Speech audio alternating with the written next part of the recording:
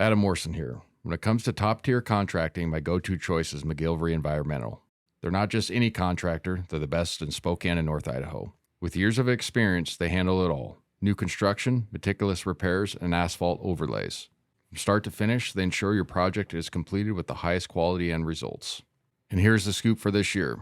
McGillivray Environmental has expanded its services to include asphalt paving. That means top-notch commercial parking lots, residential driveways, and road construction. So, ready to kickstart your project? Reach out to Kip at McGillivray Environmental by calling 208-556-6384 for your free estimate. Don't forget to mention my name, Adam from the Perimeter, and experience the difference that McGillivray Environmental brings to the table. Again, that's 208-556-6384, McGillivray Environmental. My number one choice for all my contracting needs. The Perimeter would like to thank our sponsor, HDG Architecture. HDG is a Spokane-based architectural firm whose aesthetic can be described as an understatement of badassery, an idea that sets the standard for their approach to every client and every project decision. The world is full of poorly designed spaces, and HDG wants to change that. Check out some of their award-winning work at studiohdg.com.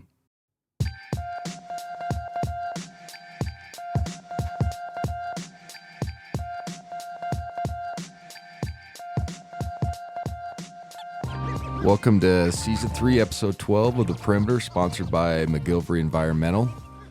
2 wins this week. Feels good saying that. Yeah. I'm not trying to be too sarcastic, but we've had the last 3 episodes, we had to talk about a loss, which is never fun because I don't want to be too critical and I don't want to sound like a jerk, but sometimes you have to go that route. But a really good start to West Coast Conference play. I think the number was 45 straight WCC openers wins. That's like to 1995 or something crazy like that. Yeah. It's insane. That's really a wild number if you think about just all the better teams in the past, and then obviously Gonzaga wasn't as dominant in the earlier years, that they win every single time on the opener. It was a crazy stat. That is a crazy stat. It doesn't even make sense. It doesn't make. I put it as like a poll thing on our stories, and because you and Huddy were talking about it, and I was like, that is freaking crazy. Like no, sense. I don't think any. I'd have to go through the history of like all sports, but like that has to be like the longest streak conference. ever. Yeah, no, I when I heard that, I'm always just like, how would somebody hasn't dumbed into a win, or knock on wood, somebody's injured, or you know what I'm saying? Like there's so many variables. But we opened with Pepperdine, kind of a little bit different in the Spokane Veterans Memorial Arena, which has actually gotten. Have you been to a concert there lately? Just like upstairs and like the food and all that stuff. It actually looks better than it used to be. It used to be a dump. Yeah, they've actually made it a little bit better. I've been to a couple. Yeah, it's a much better venue than it used to be. Yeah. Anyway, so when you play in that arena, it's not a great shooting arena, and I always take that stuff with a grain of salt. But I've obviously played it in high school and in college. I shot well there, but I get. And I'm just saying that, but I get like the backdrop's weird. There's gaps on each corner. You know what I'm saying? So like it's not the best shooting arena. It's not the worst, but it's not, it's made for hockey and, concerts. So having the opener there was a little bit nerve-wracking, especially coming off a loss to San Diego State, going with Pepperdine. Pepperdine's an interesting club. They were 7-8, but they have usually always 2 or 3 legitimate pro prospects, not just NBA guys, but guys that can play overseas. And that's a real thing, actually have good careers overseas. The Porter kid, his brother is Michael Porter Jr. Yeah. And then I think his sisters are played at USC. His whole family's played Division I basketball. It's crazy. There's 6 of them. Huddy always talks about it on the broadcast. So he's definitely a challenging cover. And then the Ajayi kid out of, I think it was Tacoma, but he was going to Pierce Community College, just came out of nowhere. Yeah.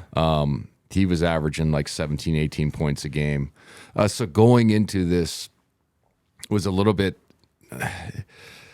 we always beat Pepperdine, but if you look up the last their home games. Then when we play them on the road, I know this was technically a home game. They usually play us a little bit tougher. Yeah. At their place. But my point is, like, when you play them, you're like, you look up and you're like, man, we're controlling everything. Oh, we're only up 8 with 6 minutes to go. Like, that's how it is down there. And then we win by 17, and then it looks like you just walked through it. Right. So going into that game was a little bit nerve-wracking. Obviously, one, coming off a loss, two, playing in a different venue that a lot of these guys haven't shot in. And we've talked about at length about the shooting woes that we've had this year, and I'm tired of covering it, honestly, and people are probably tired of me talking about it. So that was a factor in my mind going into it. It's like, okay, hopefully we can make some jumpers. I mean, not trying to be funny, but like this is a new arena. This is a talented team that can score. They don't play very good defense. Millette, again, for them is fantastic, as well as a come off screen, 1,000-point scorer, can score, can get hot, is what I'm trying to say. So, like, he's a dangerous cover. But I really liked our energy to start the game, especially defensively. And then obviously we started making shots there.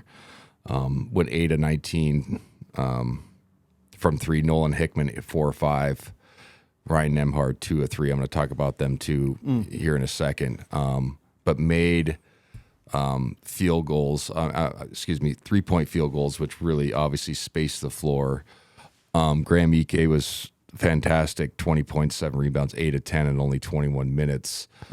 He's been super efficient. I think the last 4 games he's had 3 of 20 and then 1 at 20 plus and then 1 at 19. So basically 4 games of 20. Yeah. I think after this is my best guess, and I'm pretty sure I'm right. After the UConn game, if you were at the UConn game or watched it, obviously I'm right next to the bench, just where I had our commentating station. So I'm like 5 feet from the bench, which I love. That's easier because then I can tell the story a little bit better too. Me and Huddy, it's just better for our, conveying what's going on to the audience. Huey was on Graham, like not in a like, come on, champ, like on him. And they kind of chirped back and forth. And remember, Graham didn't play very good and only played like 12, 13 minutes. I think there was a come to Jesus moment for both of them. Like, hey, you transferred here. You're playing all right, but we need a physical presence and we need an emotional presence. And if you've noticed after that game, he's been the guy that's like yelling at refs. I mean this in a good way, but like kind of like posturing. He did that in San Diego State. Like they were being physical. He was the one that kind of like mixed it up. He's got a technical with hitting a guy above the head. Not condoning it, but I'm like, hey man, I want my big guy like kind of like setting the tone. And I think he's relishing in that role, and he understood the assignment. Like, hey, you transferred from Wyoming, Mountain West Player of the Year, sat out last year. This is a big year for you, right? If you want to go where you want to go, and you got to start playing with a fire and emotion, and he's done exactly that. And I think against Pepperdine, he really showed that because he got low block touches, and I've talked about that at length. Like when he gets his catches at 15 to 12 feet, I bet you his percentages are cut in half. But when he gets them 8 to 12 feet or in, he's like a 60% score, our field goal percentage. And he did that against Pepperdine, was really efficient. Obviously, like I said, 8 to 10. So, I'll talk about the San Diego game obviously next, but he's done an excellent job of kind of being that emotional leader for us and the physical leader I think we needed. And I'm pretty sure that was probably a talk with the staff in a good way. But like sometimes you gotta be real with kids. And they gotta take it too. It's like, yeah, man, I transferred from a pretty good situation, and for me, I'm coming here. Like I need to get it in gear. Not that he was playing bad, but I need to like show emotion, and we need that as a group. So I was really impressed with that in the Pepperdine game. Like I said, obviously only played 21 minutes, but 20 points, super efficient. I love the shooting as a group. Braden Huff was fantastic, 11 points, 5 of 7. I mentioned Nolan Hickman, 5 of 7, 4 of 5, 14 points, 3 assists, only 1 turnover. Nemhard, 3 of 7, 2 of 3 at downtown, though, which was fantastic. Anton's been great all year. It's 15.6 rebounds, 6 of 12. He's just been kind of a quiet he showed that last year, but he's just quiet and gets his numbers and does everything right. You know what I mean? Like, he's just a great addition he's the guy that, I've had this question posed to me a few times, like, what player could play on every Gonzaga era or whatever, like because there's so many good groups. He's one of them that, he wouldn't be the superstar in any of the groups, but he could fit in every single one of them. Totally, yeah. You know what I'm saying? Like, defend, check. Defend every spot, check. Rebound, check. Shoot it good enough, check. Score it good enough, check. You know what I mean? Like, if you just go down the list, you're like, man, he could fit into every single team. Not every guy could say that. Yeah. And that's not a knock on some players, but like, Jeremy Pargo was great, but could he fit on some of the teams because he couldn't shoot it as good when he was at Gonzaga? Probably not, but he was good when he could come off pick and roll and dunk on your face. But like, right. But we weren't running that type of stuff. You know what I mean? Like, it's a little bit different now. So obviously Anton's been great. I'm happy for his success. Hopefully it continues. Has a great senior season. It was best for him to come back. I'm glad he did the combine thing, but like, just went down there and got the right advice and internalized. I think he legitimately has a chance to be an NBA player. And I know people look at the numbers and they don't jump off the paper at you, but like, if you can defend and you can be a knockdown shooter, like, you can find a place in that league to do that, because you got to be able to guard multiple spots. And then if you can be where you can be like a comparable 40% 3-point shooter, and you probably take 3 a night, maybe 4, and make 2 of them. You know what I'm saying? Right, I know that's over 40, but you get what I'm saying? Like, go 2 for 4 and then play defense. Like, you can get on a roster and survive. And I think he has that type of game. Obviously, he'd have to tighten things up. Everybody does when you make the next level. You tighten your body up, and, your handle's got to get all that stuff. But I think he has a legitimate chance. I'm glad he is having a great season, because when he first started, those injuries really impacted like how he looked on the floor. Remember he had that shoulder deal, kept slipping out. So I think people were kind of puzzled, but it's like, well, if you're trying to like chug and be physical, and you always think your shoulder's going to slip out of line, like, it's hard to play like normal, even though they're like, you're cleared. You know what I'm saying? Like, you really got to trust it. It's like a knee.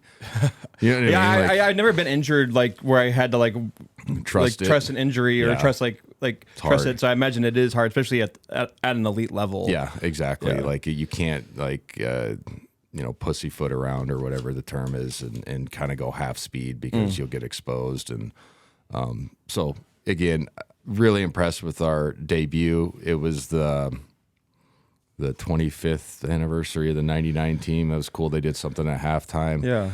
I'm going to make one complaint, and I think it's valid. And this is not a knock on our video team or whatever, but like, as they're walking on the court, like, play the Gus Johnson Calvary tip with the audio, and let everybody in the stands go fucking crazy. Like, it doesn't make any sense. Like, they just walked on the court and it was like silent, and then they just announced their names. Like, dude, that as they're walking, like, Calvary, the slipper still, like, play that. Like, you know what I'm saying? Totally, Because like, I had some people text me, and this is not, they're just like, who are those people? Like, 'cause they're newer fans, but like, well, that's the 99 team. Like, oh, cool, but like, remind everybody, like, that was an easy layup. That is so true. It's like a 30-second clip, and it's an all-time classic, because it's Gus Johnson. He's like one of the best of all time. But like, the slipper still fits. Like, everybody had been hyped. You know what I'm saying? Absolutely. So like, but it was cool that they, obviously honored him as alumni weekend. But it was the 25th year, and it's cool they did that thing with Jeremy Eaton's son, who he passed away. I think it was a couple of years ago, or at least last year. I can't remember. A big integral part of that team. So I was happy for those guys. We got to interview a couple. Axel Dench was cool from Australia. I haven't talked to him in forever. And then Matt Satangelo came on, and it's just nice to see the old guys, because I looked up to them. I remember like it being in high school and seeing that team go on the run, and you're like, who the hell? Because I was a ball boy, but then I was a ball boy like, I think 5th and 6th grade, and then I didn't do it 7th, 8th, 9th. I'm like, all right, I'm not driving you down. You know what I mean? Yeah. Like, it's just, you can only do so much. And then it was just like, all of a sudden you're like, holy crap. And, but like, I remember we used to go to games, because I was kind of getting recruited. And is when you had to go to the Martin Center, and then they would do their pregame like shoot around. They would walk to the field house. So like if you're out in the foyer, they'd all walk by you in their uniforms and stuff, and it was like the Gladiators. It was like just a cool like, oh yeah, there's Mark Spink, like right. there's Santangelo, you know what I mean? You used to be like, yeah, you know, and it was kind of a different feel because like there's no way anymore that you would ever get that type of access. But it was new Gonzaga good, so like people are just the fans are just literally standing right there, and you get to walk through and like. That was no cell phone era, so then there was no like, hey, can you take a quick picture? Like that wouldn't fly today, obviously. But it was neat to, you know, because I played against some of those guys in theory, like when they'd come back in the summers, you know what I mean? Right. So like you develop a relationship then too as well. But I also said it on air. I know they got to go to the next game, San Diego, but I was like, isn't it weird that you guys like walk out and you have to do it in the arena, like. In front of like no student section again. Student section, yeah. And I was kind of being a hater, and I don't think like Santangelo and Axel Dench likes that question because I put him on the spot, and like Huddy was looking at me sideways, like, why would you say that? I'm like, I don't know, like this is weird that we're doing this ceremony at the arena, but whatever, man, whatever. I don't know anything. Who cares? So yeah, all in all, good start. Totally. Like I mentioned, the 8-19. From downtown it was a great precursor to what was coming Saturday. But this team has enough talent to shoot it well. Guys get their reps.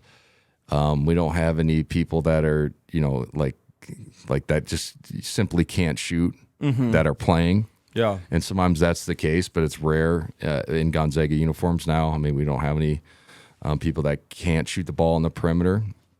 So it's nice for it to turn the corner now. It's easy for somebody to be like, well, look at the competition. I'm like, that's true. It's a fair. But also, like, we were getting wide open shots against better teams, too, and they're just not making them. So you need to start making them against whoever you're playing against, and then the basket gets bigger. So it was fantastic, and I was really impressed, and good way to start the West Coast Conference. Absolutely. I was going to say, like, when Nembhard, he made his first three in the end of the first half, and he visibly breathed like a sigh of relief. Like you saw it, like point. He was like, you could just tell, like he knows that he's like shooting poorly this year, and I feel like that probably helped out a lot, and to make the first one of the game, and but yeah, it was a fun atmosphere. Like I do agree. The Perimeter will be right back after a word from our sponsor.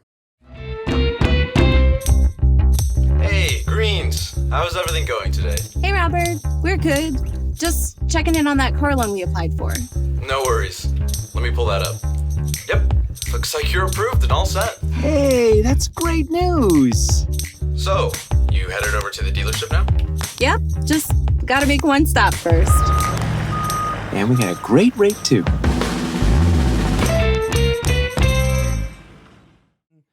It was a fun atmosphere. Like I do agree. Like it also was weird that there was no student section. Like I don't, and it wasn't at the kennel. So like the atmosphere was just different. But they had beer at least. Yeah, no, lubrication a little bit. I thought the crowd was good. Yeah, it was obviously electric the year before versus Kentucky, but doing a game in the arena makes sense. I think they'll probably have to try to schedule a different opponent. But I think it just makes sense for the community. And then also, like, you got to be honest, like a lot of times these neutral site games are there for a reason because you don't have to do, you can split the revenue on certain things. If you do a home and home, I usually you can't do that for some reason. That's the understanding I've always got from it. So like a lot of times these teams will be like, yeah, we'll do neutrals. And then, either you get the splits or we all take all of them in each one, but obviously having more fans and then you can sell at, you know what I'm saying? I think the revenue splits get higher, so that's why you see a lot of neutral site games. Yeah.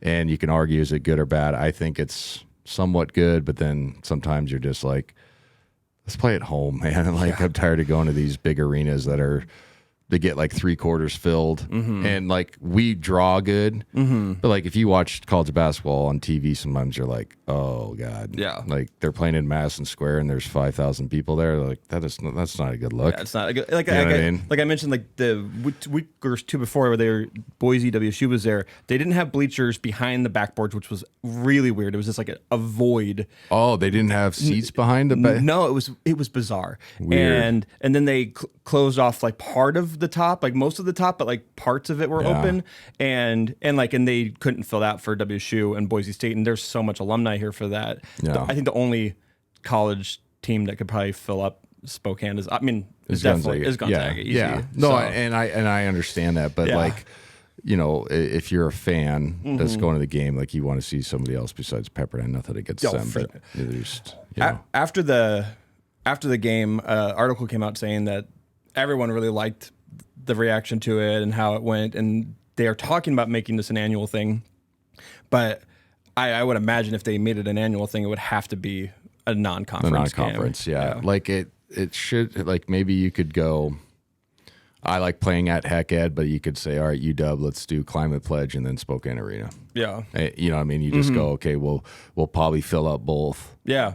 And it'll benefit you guys as well, but let's play a Climate Pledge and then play here. I think that would make sense too. And both schools would you know, gather a lot of money real quick. The problem is when you play over there, and I've seen this, like when we play Portland and sometimes definitely Pepperdine, like they get a little bit testy because all the tickets being bought are Gonzaga fans. Right.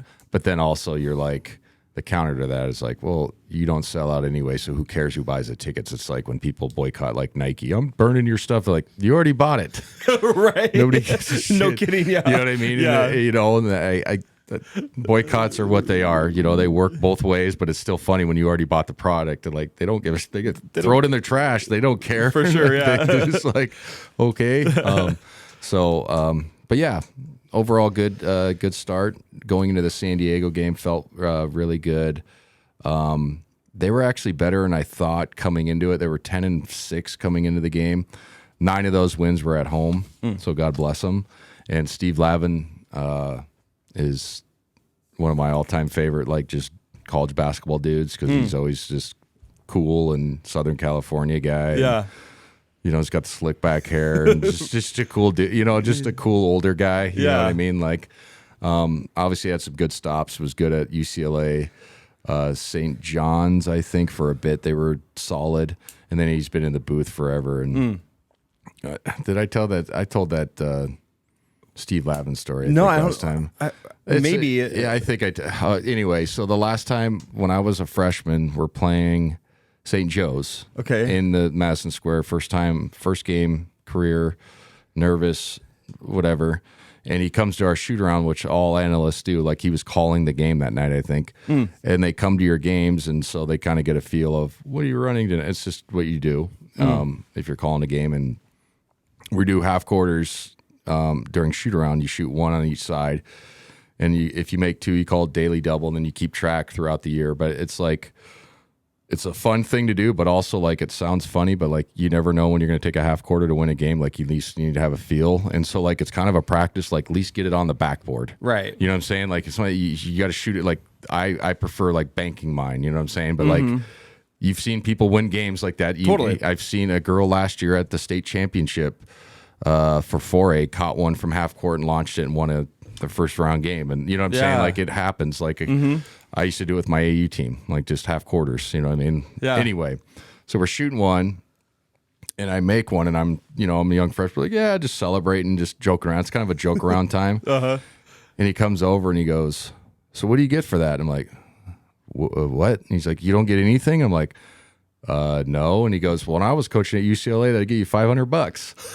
And that was before like NIL, and he got in trouble for allegations. That's funny. It's awesome. Like one of the best lines. And he like winked at me and like was kind of serious but laughing. It was awesome. That's awesome. So I was just like, yeah, Steve Lavin. I don't think you've ever told that story. No. Yeah, it was pretty funny, and so he's always been in my good he didn't give me $500, and there's statute limitations with him. I'm not trying to throw him under the bus, but it was a classic line at the time because he was like out of coaching, kind of got, that's when you probably had to throw kids money a little bit at UCLA. Totally. Everybody was doing it, so I'm not, but it was just like the perfect line. So, he gets the San Diego job and he's trying to turn the program around. So like I said, he schedules 9 home games. Good on you, man. They're 10-6. They have they had some good players. The Deuce Turner kid was good. He's averaging like 17, 18 or something like that coming into the game. A team that can really, they scored it at a high clip, but with only like 2 or 3 guys. So it wasn't like they're going to space you out and kind of scare you. But he was playing like 10. He's been playing like 10 or 12. So, going in felt good, obviously heavily favored. But again, with this crew this year, if the ball's not going in from the outside, we don't look very good sometimes. So you're always kind of like, well, it might be an interesting one tonight. And it's more fun to commentate. I've said that a million times on all my episodes. Like, I like the years when we're not winning by 35. It is fun, but it also is, I fall asleep on the mic. Totally. And people, I get it. People at home turn the channel. I would too. I used to all the time. Like, all right, this is dumb. Like, Law and Order, what's going on? Just whatever. Yeah, it's just like it really is like a hard time to watch when you are up that much. I will say though, you and Huddy make it fun to listen to on the radio because there is sometimes there's nothing to talk about, and you guys. I love getting a little insight of like your guys' like your conversations because I feel like you get a little bit more a fly on the wall when the game is just like a blowout. We just try to talk like like we're just having a beer at a bar. Right. Honestly, because it is bad, and then I don't know. We try to like continue things throughout the season. Totally, so, you know what I'm saying. So like there's a few layers of that. But yeah, it's fun that way. But sometimes it's like, man, I wish there was a running clock in this crap, man. It's just bad. It's just bad. Yeah. But it's a good thing to have this problem, I guess. Totally. But yeah, going back to the game, starting out again, no students. And it's like, man, how long do these breaks are now, man? No, yeah, that's seriously, a long time. It is a long time. I think they missed 4 or 5 games. Which is a real thing. Obviously, it's cool that other people get to go to the game and they do feel it, and the crowd's not terrible, but it's not as hyped as students, and that you're never going to get that. So it's not like a legit criticism. It's just the reality. But also, like always when I do my keys to the game, I always create energy. Right. You have to create your own energy because it's not coming from the students. But I loved our start. Graham again was fantastic. 19 points, 8 of 12, 6 rebounds or 8 rebounds total. Really got deep post touches. He's doing a good job of countering as well instead of just going to a left hand like turnaround where he's really good at it, but he's getting paint touches where he's getting like 4-foot bankers. He countered to one to his right hand, so he showed that instead of always going middle or right shoulder, left hand jump hook.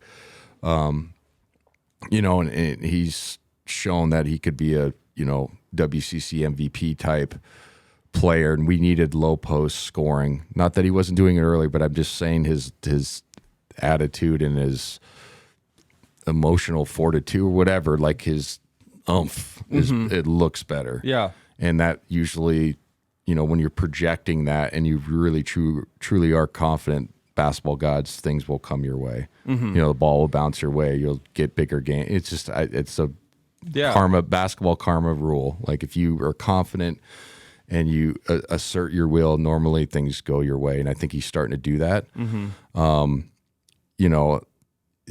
It's going to really help us if he can continue to score like that. But it just gives us foul pressure. Excuse me. And then the way we've shot the last 2 games. The double team stuff, dropped my pen, will be not as effective if we can score. Right. If that makes sense. Well, I was going to say, so last year, Drew Timme was always down low on the post, and that opened up scoring out on the outside, correct? And I think what I'm trying to understand is like when he gets it up higher, like it's just like that, those percentages go down and he just can't make mid-range shots as well as he can underneath the hoop, right? Yeah. And like what pushes like him out more? Like, I know it's the defense, but like you just got to assert your dominance. Is that what you're saying? Like, I mean, if you're a good coach and a good staff and you scout, you probably go, okay, and there's, I think Divix used to do it, but I'm sure there's another company and they probably make them millions of dollars. Same with for football, where they probably, you give them your film and then they chart everything for you, like, AI or whatever, and show, okay, your percentages from 8 to 12 and then 12 to 18, things of that nature. So then as an opposing coach, I'm telling all my bigs, you got to try to stand him up early is the term. And so he can't get deep post touches. Now, what happens is if you're smart, every time a guy's chugging you early, you'll show your hands and show it to the ref and then kind of bump in, and sometimes that creates foul pressure. So that it's not as easy as it seems, because freedom of movement, and it's the right thing in basketball, is an emphasis. It should be in the high school level as well, that if you're cutting somewhere, you're allowed to move with some resistance, but I can't just push you off your line every single time. Right. Because that was 20 years ago, and it's still in college basketball, but like they changed in the NBA, and it's been filtering down. It's so much better game because it's supposed to be free-flowing movement, not just I can push you and then make you stand out on the three-point line. That's not the game. So my point is, if you're defending him, you have to try to get him to get his catches at 12, 15 feet. Yeah. Even if he does his bounce, because then if he does his bounce down stuff, which he's good at, that gives you time to do your double team stuff or funnel him to his right hand. But if he's at 8 feet, he doesn't have to take a bounce down, and he can turn and go without a dribble, or it's one dribble, he's already to a shot. So then your double's got to come early. That's when you cut on the weak side, you fill. So low paint touches for him are super important. Yeah. And it's not like he can't make those, but again, like his percentages are way better when it's 8 feet and in. And that's everybody. That's not like a big take, but like some guys just aren't as good, out on the perimeter. And he's not that he can't do it, but he's way better inside. He's got a nice touch. And when a big's like further out, that pushes the rest of the team out, correct? Yeah, exactly. Yeah. And that's spacing too. Yeah, you're exactly right. I mean, just having that body out at that spot is different. We used to do a lot of let a guy front you high and then we flash and do high low. We do a little bit now, but it wasn't as prevalent when we had like Shimmy and Wilch and Sabonis, and then even like remember Rui and BC would do that. We just don't have that type of lineup as much anymore. We don't emphasize it. I'm sure if we had those type of bigs, we would. So like sometimes you invite it, like, yeah, go ahead, deny me out here, and then head turn, legs, it's called a leg whip, flash, boom, layup, and then you get out of it. It's called a front, right? Yeah. If that makes sense. It does, yeah. So I was really impressed again with his game. Nemhard was fantastic, 6 of 10, 4 of 5 from 3, so he was 6 of 8 on the weekend, which is great. Obviously percentage, but for him, for confidence-wise, behind the arc is absolutely fantastic. He slowed down and he shot it with confidence. He didn't. I think the biggest thing for me when I see him shooting threes is just being on balance. Like sometimes he's taken some that earlier this year where he's kind of leaning or it's rushed. He took ones where his feet set, shoulder width apart, like all the fundamental stuff, held his follow through. But like sometimes you have to like go back to the basics and really like will them in. That's another basketball term. And he did that. It was 4 or 5, like I mentioned. So it was a great shooting weekend for him. 18 points. And then Nolan was fantastic. 6 of 13, 3 of 8 from downtown, which is fine percentage. 17 points. So our backcourt really did a good job of scoring the basketball and doing the things that they need to do for us to be successful. Huge number for us. And it's kind of been a weird one this year. 27 assists, only 9 turnovers. Now the turnovers they've been an issue in the second half, and I covered that probably like 3 episodes ago. Because Michelson brought it up in one of our post-game interviews, and I was like, oh, yeah, I didn't even see that. That's obviously he knows, but you know what I mean? I'm like, oh, yeah, the second half turnovers are the ones that are killing you. But our assist numbers have been kind of down compared to last year. We haven't had like a big 20 assist plus game, you know what I mean? And that was nice to see. Not that the ball has been sticky, but it means that obviously guys were making shots, and then it was just pinging all around around the place. And so I was really excited to see that. Obviously Ben Gregg with his career high off the bench, 22 points, 8 of 15, 2 of 6 from downtown, 7 rebounds. Fantastic, 4 steals. We had 14 that game, dude. That's a crazy number to even think about. Yeah, that is 14 crazy. steals. You know what I mean? It's, but his energy's been fantastic the last month or so. He's always been a good energy guy, but he's starting to score the basketball, put together high-level games. I think he's in the more trusted area of the third big before Braden. Braden's been good. What did he do that game for? 5-9 points. All right, he played all right. 5 rebounds. But I think just Ben's energy and all those things, the 3-point shooting ability is going to give him more opportunity to play more minutes. And it was one of those games where he played 25 minutes. Obviously, it was a blowout, but if it was closer, he would have played more. You know what I'm saying? Like those minutes would have remained the same. Like Fewy gives you that opportunity when you come off the bench and you get rolling. Like he'll play you more. You know what I mean? You got to be productive. Right. It's a hard role to play if you're don't have that mindset that you have to be like completely downhill at all times because your minutes are short. But if you can get rolling, like you'll stay in the game, and then you're kind of an X factor, and however good you play is just gravy on top or whatever. So I was really impressed with him. Obviously, really impressed with how we shot the basketball: 56%, 39 to 69, and then 10 of 23, 43.5%. So 18. What's 23 plus 19? 42, 52? Sorry, I'm like doing the math on top of my head. I can't. Or we were 8 and 19 plus 20, 19 plus 23. Yeah, it's like 42, right? 42, yeah. So 18 and 42, it's like 40-some%. So a good shooting weekend. And I've talked about that before, that we don't have to be elite, but we just got to get the good at 3-point shooting. We weren't good before. Now, 2 games doesn't solve anything, but you had to get something going. You have to start somewhere. Yeah, yes, exactly. So I think we're on the right track. Really excited, how this team looks. And, right now we're 23 in the AP, 21 in the coaches, and then 45 in the net. So we jumped up a little bit in the net. We're going to talk about the net ranking here shortly with the rest of the WCC, how that looks going the rest of the year. Obviously, there's that Kentucky game, but what we can expect as a fan base, kind of behind the curtain on the numbers and what the NCAA tournament committee looks for in teams. So we've moved up, and again, Coach Few does an excellent job of reminding people all the time, and I think some people roll their eyes at it, but he's exactly right. Like, we like winning West Coast Conference championships. Winning your league is a big deal. Don't take it for granted. And some people are like, the West Coast Conference sucks. Like, well, it's been a 2 or 3 bid league for about 5 years, so it's not that bad, right? It's not. And now I get it. It's not the Power 5 and people.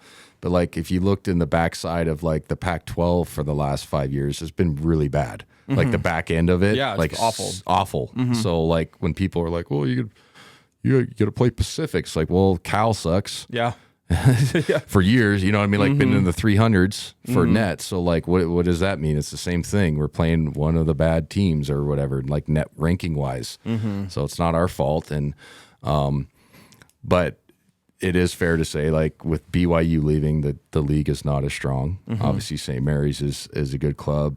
San Francisco's having a good season this year, but it's one of those where if we handle business and play like we've just showed, we could go 14-2, 15-1, and 16-0 or whatever. Yeah. You know what I'm saying? That's a legit possibility. Now, Santa Clara on the road coming up on Thursday is going to be an interesting one. They're 103 in the net, so okay, I guess. If you're close to 100 and down, it's considered, decent. Mm-hmm. I think their students will be back. I hope they are, because they have one of the best student sections. They call them the Rough Riders or something. Are they in this pretty small gym too? It's a tiny gym. Yeah. It's awesome. It's a cool small one that was built the right way. It feels like you're sunken down a little bit, and it's just really small. Yeah. And then the student section probably only comes to that game in the St. Mary's one. But they do a funny thing. I don't know if they do it anymore. It's just dumb culture thing now that you can't do anything that's funny. But like they used to have a curtain, and then every time you shot free throws, like they would open the curtain and be a guy like in a Speedo, like dancing funny. You know what I'm saying? But like probably somebody's like, that's inappropriate. I'm like, come on, man. Like we're just kids having fun. That is fun. You know what I'm saying? Yeah. Like it's just kids having fun. And then they usually do a good job with the chants, and then like, they're pretty dialed in on what's going. They always do a weird chant like Gonzaga's like a safe school, because apparently Santa Clara is one of the hardest ones to get into. So they always make fun of it. That's funny. Yeah, they make fun of the Gonzaga kids that it's like the easier one to get into, and I'm always like, oh, wow, we're getting into the real nitty gritty here. Like if you got into any of these Jesuit schools, you're probably a smart human being, right? Just on grades or whatever, SATs and stuff. But that should be a good game. It'll be interesting to see how we play on the road. Yeah. We didn't win at Washington. That was a true road game. So it'll be a big test for us. And like I said, they get a pretty good fan base, and they usually play us pretty tough at home. And then Herb Sindick does a good job of finding like transfer portal guys. They're the school, those type of schools, like I think St. Mary's could get into this classification. Santa Clara, I think San Diego can do it. Like you could probably do pretty well and improve your club every year through the portal. And what I mean is like, all right, you can find a kid that's, maybe at the bottom end of a Power 5 team that's not playing a lot, but was talented in high school and just hasn't got an opportunity. Right. Come to campus, and then you just go like, look how sunny and nice it is. You know what I'm saying? Like those type of schools can like easily, I think, recruit those type of kids. Be like, hey man, the last 2 years you want to play like in sunshine, and when you're walking around campus, there's beautiful people walking around. Right. You know what I'm saying? That's a real thing. And so I think those schools have that opportunity. And Santa Clara's done that. He did it with that Pazinski kid or whatever his name is. He's literally playing like 25 minutes a night for the Warriors now. Yeah, and he was good last year. Like I really liked his games. Like, oh, who the heck is this? He played 5 minutes a game at Illinois the year before. It's crazy how fit matters. Like just people that are listening, like it happens in football and happens in basketball all the time. Like fit, style is a real thing. He literally couldn't get on the court for Illinois, who was good, but not like world beaters. And it's not like they had McDonald's All-Americans in front of him. He goes to Santa Clara, becomes all WCC.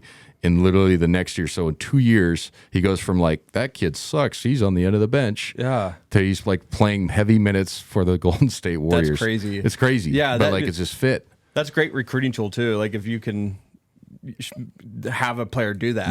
Yeah. No, absolutely. And then like I said, like you come into a recruiting visit and you were somewhere else, and it's like Santa Clara's campus is unbelievable. I gotta imagine it's probably a little bit better than Champaign, Illinois. yeah, exactly. Yeah, but it's just like a beautiful campus, and like I said, like beautiful people. You get what I'm saying? Yeah, it's totally. Just like it's just a real thing, and you're just like, oh my god. And so yeah, Santa Clara's had a good year. They're 10-6, 10-6, 103 in the net. The Perimeter will be right back after a word from our sponsor. Hey, it's Olive. I just got my first ICCU debit card. Now I just need some money in my account. If only there was someone who could transfer in some allowance. Wow. 103 in the net. I mentioned earlier, we're talking about the net rankings for WCC. So Gonzaga's number 1, 45. San Francisco right behind us at 46. St. Mary's at 50. So then this is where it gets gross. LMU 211, San Diego 224, Pepperdine 242, Portland 280, Pacific 353. So to give a little bit of context, if people listen don't understand, the net ranking is like your schedule, strength of schedule, who you beat, who other teams beat, that you common opponents, and then like winning margin, and then like there's even like weird defensive ratings and offensive ratings that are considered in some of the Ken Palm stuff as well.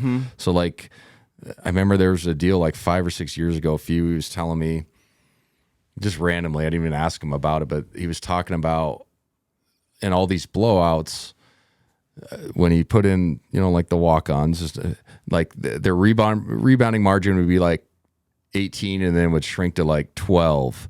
And he was getting upset about it because like there's a weird defensive rating that goes into it's not going to make your thing drop a ton, but it's also like, hey, teams that get number 1 seeds or number 2 seeds are usually in this graph, and there's data. And so like it's one of those where like, do you want to leave the walk-ons out there, but you're up 35 and then maybe get a guy hurt for not. But then also you're like still coaching when those kids are in, you're like, come on, like box out, because usually other teams leave their guys in, until the last 2 minutes if they're getting blown out. So like, you can, your starters, if they had a bad game, can maybe feel a little bit better about, what I'm saying? It's a building. So getting back to the net, like, LMU, San Diego, Pepperdine, Portland, Pacific, unless something drastically changed, those wins, if we get them, quote unquote, are not going to like help us in the net ranking in theory. So it's kind of like a throwback year for the WCC. Now I know I just referenced like 10 years ago, it's a 3-bid, 2-big league, but with BYU leaving, it's kind of gone back to where. In my era, we used to play a crazy non-conference because we kind of had to. And then, our RPI would be good. It was RPI back then, and then it would just slowly, even if you were winning, just slowly hit the tank. I know that's happened on the girls' side a ton. Like, the girls' side has had to play crazy non-conferences, and then they get into the league, and, they'll be in the 30s or whatever, and then they'll still win and just go, and then they're in the 50s, and then they get screwed, get an 8 seed. You know what I mean? It's like, man, they want to get off that 8-9 line so you don't have to play a 1. Right. You know what I mean? You want to get to that 7 and below so you can have a chance to get out of that first weekend. Not to saying they couldn't beat a 1, you know what I'm saying? But you have a better chance to get off that 8-9 line, but it's the formula of the league. It's not their fault. So it's interesting how different the league is going to look this year with those bottom, was that 5-6 teams that are not very good. Yeah, it's going to ranking wise. I mean, obviously they're going to be. I don't want to count my chickens before they're hatched, but I feel like they're wins. But yeah, I mean, at the end of the season, like outside of us, Gonzaga losing in the tournament, like, do you think St. Mary's or San Francisco could be a at-large bid? That's a really good question. I think. Like, I guess it depends on their. I mean, they would probably have to beat us. Yeah, exactly. Like if you're them, because San Francisco's 11-4 right now, 46, like I mentioned in the net, 50 for St. Mary's in the net, 10-6. They'd have to have some signature wins, and those would only be Gonzaga, and then they got to hope that we continue to play well. So I guess what I'm getting to is, obviously we got to take care of business, and we want to win league. And if you win the league tournament, obviously you're an automatic, but that's a long way to go. Yeah, a lot of episodes. There's a lot. There's a lot. But it's not where like the years past where San Francisco and St. Mary's were like in the mid 30s, and then you had BYU that was probably in the mid 30s. So like if you got those 3 wins, like they really you could put them on a resume and be like, hey, that's a quad 1 win. So like that counts. So when we get to that game with Kentucky in February, it's gonna be an important one. Totally. It's gonna be a tall task, obviously, going to Rupp, and we'll dive into that one big time. But a little bit of a down year, if you're being honest with the data from the West Coast Conference, but we'll see how it goes. And I mean, there's a lot to tell. I was just looking at the schedules, and I was like, well, maybe San Francisco is a lot better this year. And then I just looked at their last game. They went into overtime against Pacific. Yeah, and Pacific is 353, and that's literally like almost the last team on the net rankings. Yeah. So the league is always like that. Yeah, though. It's so weird. Like BYU could never beat Pepperdine. Oh yeah, remember that? Yeah, that's true. Literally couldn't beat them. But then they were always a tough out, and then they would blow out St. Mary's. You know what I'm saying? It's just always the league. We would jump out to leads, and then they would just at the bottom. They would just beat the crap out of each other. Yeah. And it was just always like totally. It's so a lot of it is obviously matchups and styles, but yeah, it's just a random. Like the league is just so wacky sometimes. It just doesn't make sense. Like LMU almost got St. Mary's, I think the other night, or San Francisco. It was like a 1-point game with 3 minutes to go. You're just like, the hell's going on here? But it's just it's a wacky league sometimes. But yeah, good start for us, 2-0. Is this our one bye week? No, there's two. There's two. So we have this one on Saturday. So no game, obviously Saturday. So we play the one game against Santa Clara, then come back, and then there's another one that you get 2 weeks off or 2 slots off. Okay. And the other one's the Kentucky. Yeah. Okay. Yeah. Yeah. That's what it is. And they did that to allow people to schedule another one. So Fewy took that one and is doing the Kentucky one.